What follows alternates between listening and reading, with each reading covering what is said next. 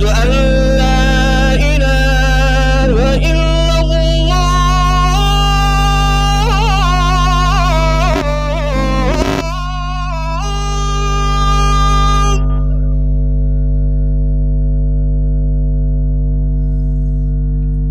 أشهد أن لا إله إلا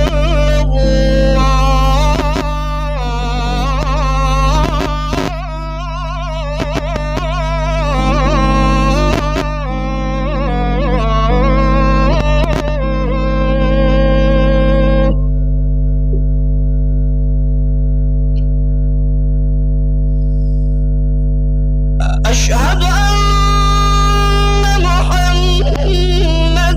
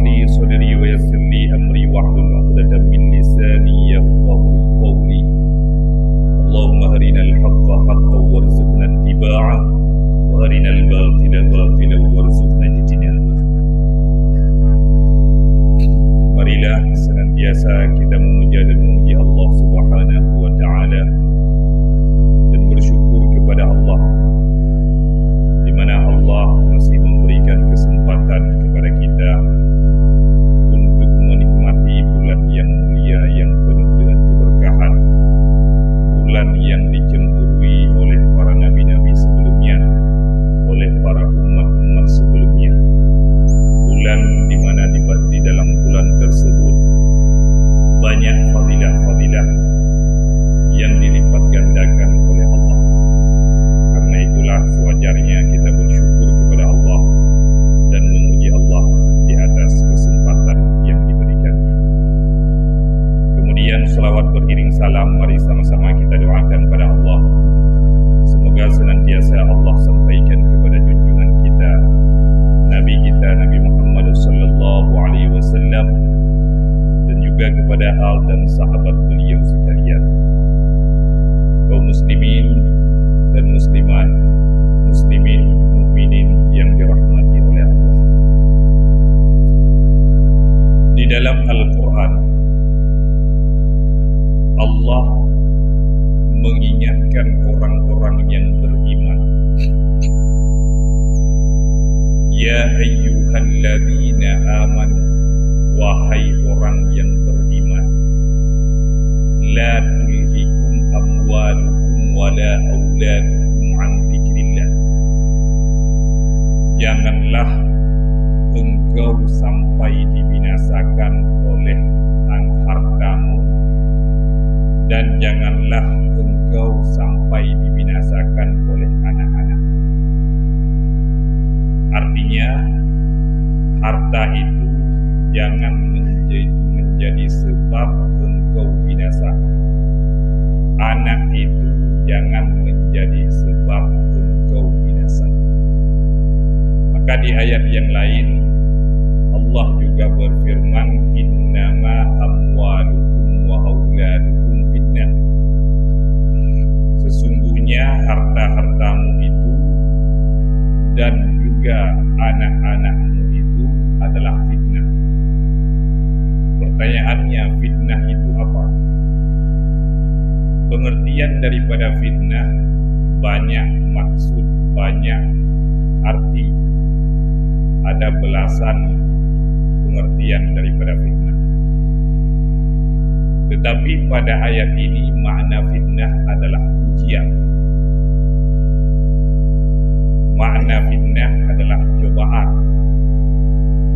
Ketika dititipkan harta kepada kita oleh Allah, dititipkan anak oleh Allah, itu adalah ujian.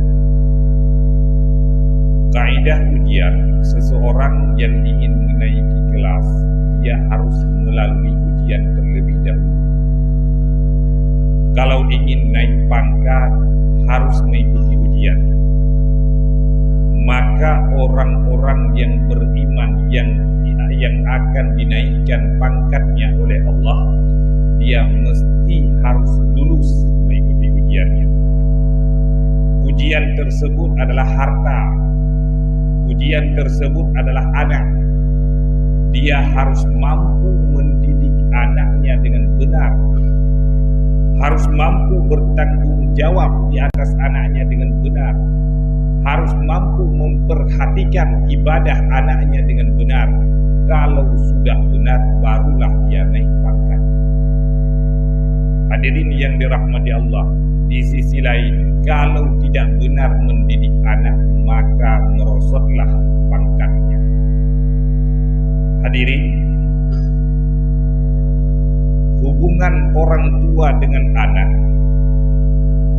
kalau kita memandang dari kacamata dunia, itu adalah hubungan kasih sayang. Kalau kita melihat anak dan orang tua dengan pandangan dunia, itu adalah hubungan mahabbah, hubungan kasih sayang. Tetapi kalau pandangan akhirat, belum tentu hubungannya adalah hubungan mahabbah atas dasar kecintaan. Ada kemungkinan anak kita menjadi musuh bagi kita di akhirat. inna min azwajikum wa auladikum aduwwan lakum.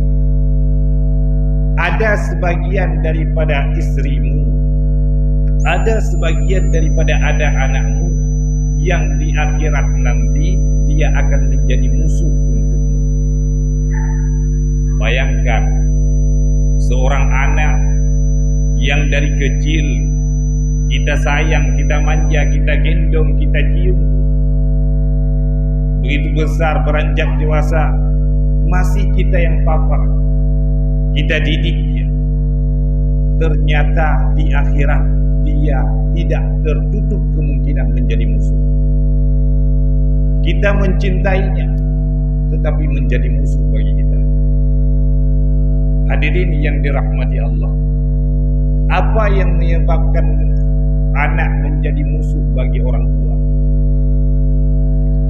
Penyebabnya adalah ketika orang tua tidak benar mendidik anaknya, maka anak ini yang akan menyeret orang tuanya ke dalam neraka.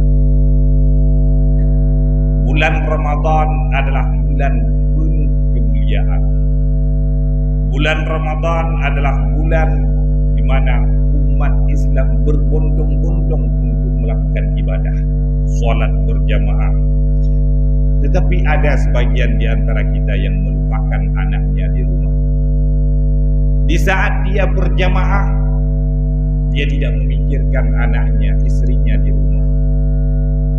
Di saat dia berpuasa, dia tidak tahu di mana lokasi anaknya, apakah sedang berjudi. Di saat dia sedang sholat tarawih, dia tidak tahu apakah anaknya sedang membawa perempuan orang. Hadirin, orang tua yang semacam ini sesuai dengan hadis Nabi. Pada hari kiamat ada seorang laki-laki yang kalau dilihat dari amalannya takjub para malaikat. Salatnya, puasanya, dia tidak pernah tinggal salat sunat, apalagi salat fardu. Dan salat fardunya pun berjamaah. Puasanya bukan sekedar puasa wajib, juga puasa sunat. Rajin bersedekah. Ketika dia ingin melangkah menuju surga, ada seseorang yang sedang dibawa menuju neraka, protes pada malaikat. Hai malaikat, berhentikan orang itu. Malaikat bertanya, kenapa? Dia itu adalah orang tuaku. Aku tidak ingin masuk neraka sendirian. Aku ingin mengajak orang tuaku untuk masuk ke dalam neraka. Hai anak muda, orang tuamu itu orang yang taat. Orang tuamu itu orang yang rajin ibadah. Orang tuamu itu orang yang rajin sholat, rajin puasa, rajin berzikir. Tidak layak engkau ajak ke dalam neraka. Tetapi si anak ini, dia beralasan bahwa disebabkan dialah, karena orang tuaku itulah yang menyebabkan aku masuk ke dalam neraka. Dia menempatkan pendidikan yang tidak layak kepadaku sehingga aku berzina. Dia tidak memberikan tempat pendidikan yang benar untukku sehingga aku tidak melakukan ibadah. Maka pada saat itu malaikat mengadu kepada Allah, ya Allah, ya Rabbi, ya Tuhan, si fulan tidak ingin masuk ke dalam neraka dan dia mengajak orang tuanya untuk masuk ke dalam neraka. Maka Allah sebagai zat yang menghukumi dengan seadil-adilnya dan sebijaksana memanggil orang tuanya dan juga anak. Wahai orang tua, benarkah ini anakmu? Maka orang tua saat itu tidak bisa mengelak, ya Allah, dia adalah anak. Pernahkah engkau memberikan pendidikan untuk anakmu ini? Saya tidak pernah memberikan pendidikan, ya Allah. Saya tidak memperhatikan ibadahnya. Saya tidak mau tahu apakah dia bermaksiat atau taat kepadamu. Kemudian Allah berfirman, hai orang tua, engkau layak masuk ke dalam neraka. Kenapa demikian? Karena engkau tidak menunaikan amanah yang aku berikan kepadamu. Apa itu amanah? Yaitu menjaga dan mendidik anak-anak, menjaga dan mendidik istri. Orang tua kewajibannya menjaga dan mendidik istrinya itu berkekalan sepanjang hidupnya, bukan hanya sekali. Maka masuklah orang tua yang digadang-gadang masuk surga ke dalam neraka disebabkan oleh anaknya. Maka benarlah apa yang telah Allah firmankan, bahwa pada hari kiamat itu yafirrul mar'u min akhihi wa ummihi wa abihi wa sahibatihi wa banihi. Pada hari kiamat itu setiap orang melarikan diri daripada orang lain.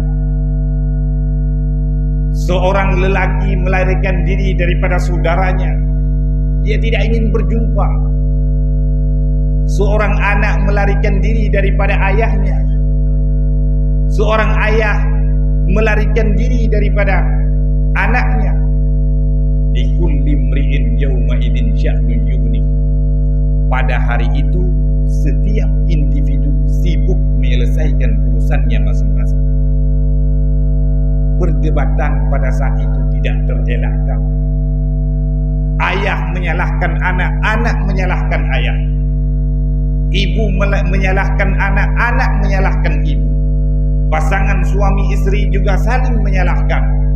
Bahkan di dalam kitab tafsir Jalalain disebutkan, perdebatan di hari kiamat itu bukan hanya melibatkan individu manusia, tetapi juzuk daripada jasad manusia saling berdebat. Antara roh dengan jasad juga berdebat. Dikatakan bahwa roh mengatakan pada Allah, ya Allah, ya Rabbi, jangan engkau azab aku, karena yang melakukan segala kemaksiatan adalah badan. Aku tidak punya kaki untuk melangkah, aku tidak punya tangan untuk meraba, aku tidak punya mata untuk melihat. Yang melakukan semua kemaksiatan adalah jasad, yang melakukan semua kemaksiatan adalah badan. Ya Allah, timpakan azab kepada badan, jangan kepadaku. Itu kata roh. Di saat bersamaan badan juga membela diri. Dia katakan, ya Allah, aku ini ibarat sepotong kayu yang tak berdaya, yang tak bisa bergerak. Aku memang punya mata, aku memang punya kaki, aku memang punya tangan, tetapi tanganku tidak bisa bergerak, kakiku tidak bisa melangkah, mataku tidak bisa melihat. Masuklah si roh ini ke dalam tubuhku, maka aku bisa melihat. Masuklah si roh ini ke dalam tubuhku, maka aku bisa melangkah, aku bisa bergerak. Maka sebenarnya yang membuat aku bermaksiat kepadamu adalah roh ini. Ya Allah, timpakan azab kepada roh, jangan kepadaku. Begitulah huru hara pada hari kiamat, saling berdebat antara satu sama lainnya. Maka kita yang mencintai keluarga, kita yang mencintai anak-anak kita, hendaknya memperhatikan dengan benar-benar bagaimana kaifiat ibadahnya, apakah sudah benar. Kita boleh sibuk di masjid, tetapi jangan lupakan anak dan istri kita. Kita boleh sibuk dengan beribadah, silahkan, tetapi fokuskan ibadah anak. Perhatikan ketika dia berjalan, ketika dia sedang duduk, tatap dengan pandangan sesempurna mungkin, dengan pandangan akhirat. Engkau, hai anakku, apakah engkau akan menyelamatkanku di akhirat nanti?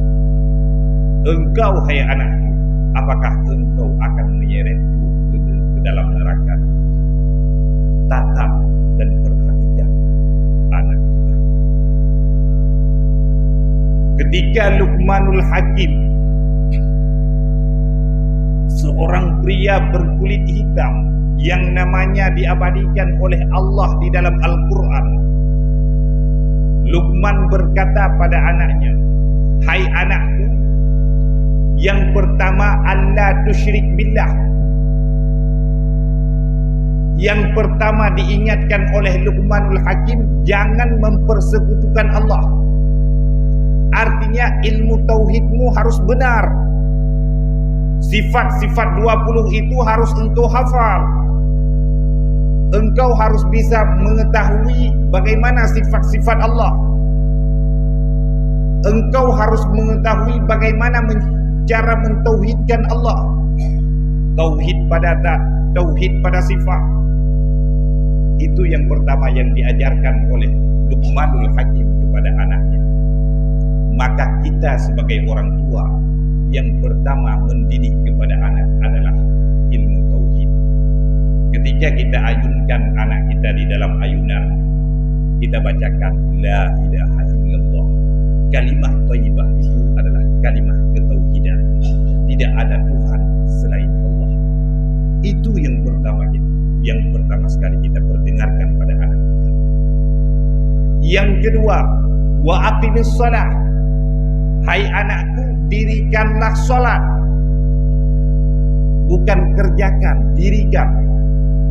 Artinya istiqamah dalam mendirikan dan benar-benar dari segi kaifiat mengerjakannya. Tata cara mengerjakan salat, dari wudunya hingga kepada salatnya, itu yang diperhatikan oleh Luqmanul Hakim. Artinya ilmu fiqhnya harus benar. Ketika dia berpuasa, bagaimana cara berpuasa? Apa saja yang membatalkan puasa?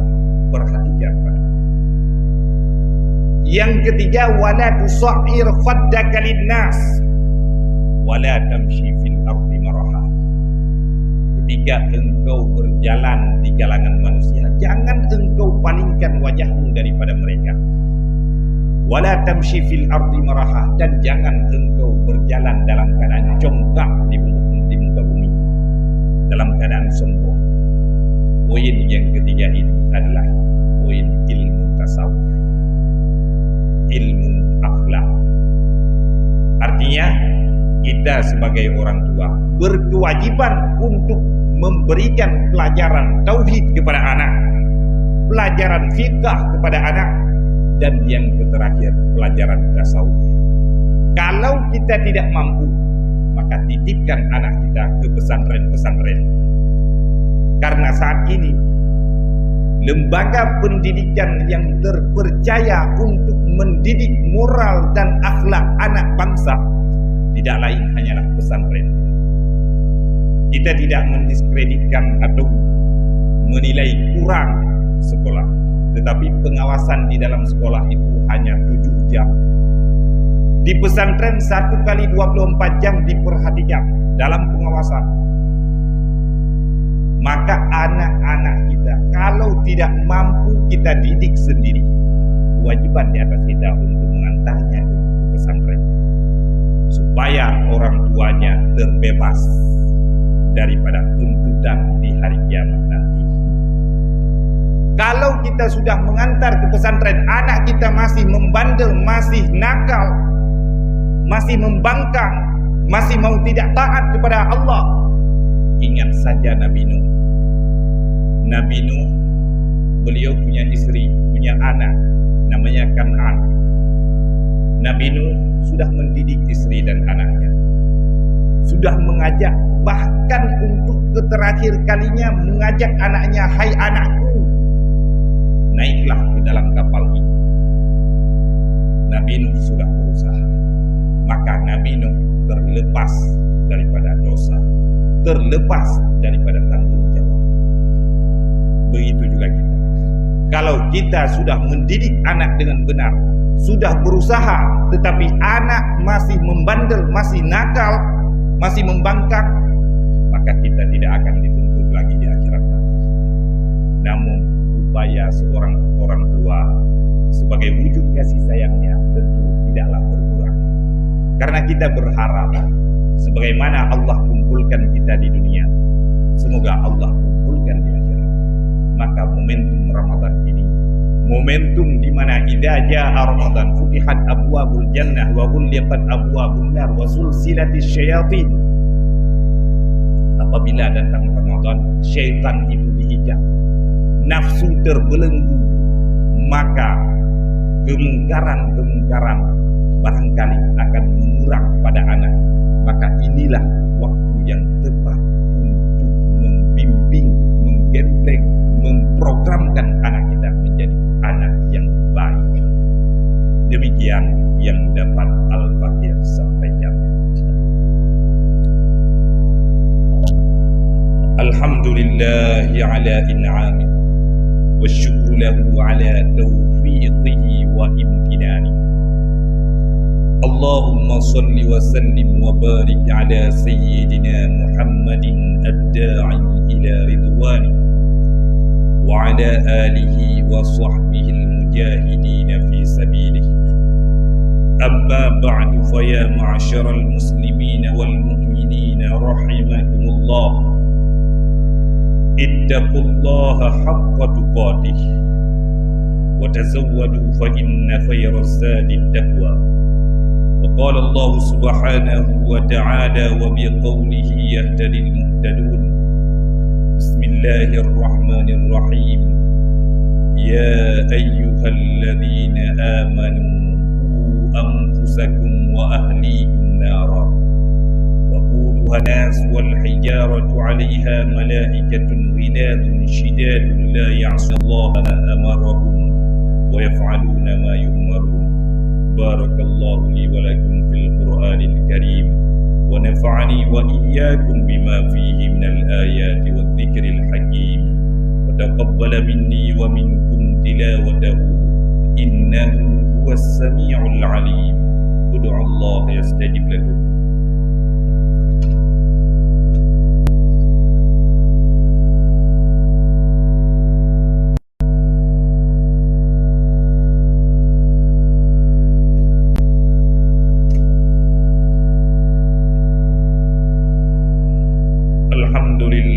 الذي أمرنا بالتقوى ونهانا عن اتباع الهوى فإن الهوى يضل صاحبه عن الهدى فإن الهدى هدى الله هو الهدى.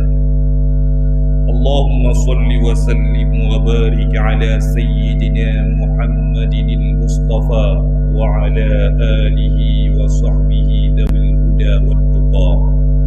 أما بعد, فيا معشر المسلمين والمؤمنين رحمكم الله. اتقوا الله وأطيعوا الله وأطيعوا الرسول وأولي الأمر منكم.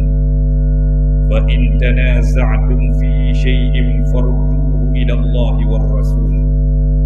وأكثروا من الصلاة على النبي صلى الله عليه وسلم كما أمر ذلك رب الملك العلم. فقال تعالى: إن الله وملائكته يصلون على النبي يا أيها الذين آمنوا صلوا عليه وسلموا تسليما. اللهم صل وسلم وبارك على سيدنا محمد.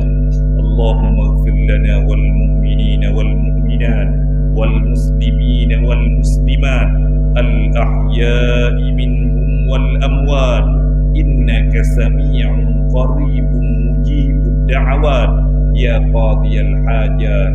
اللهم أعز الإسلام والمسلمين وأذل الشرك والمشركين ودمر أعداءك أعداء الدين الذين يصدون عن سبيلك ويكذبون أولياءك إنك على كل شيء قدير.